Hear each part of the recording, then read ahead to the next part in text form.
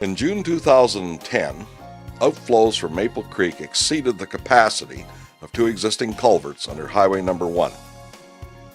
Water overtopped Highway Number 1, washing out 100 meters of the westbound lanes and damaging 200 meters of the eastbound lanes, leaving an 11-meter high crater.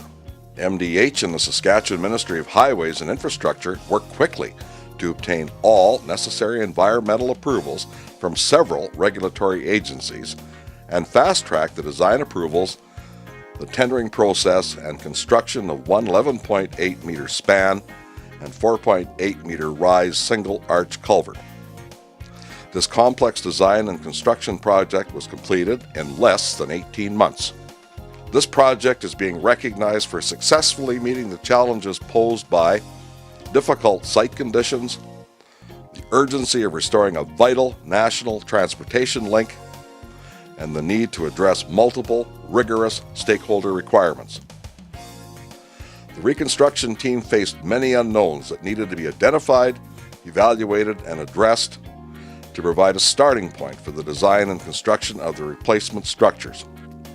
Their application of well-proven engineering and construction practices under adverse weather conditions provide a good example for response to similar events that may occur due to changing weather patterns.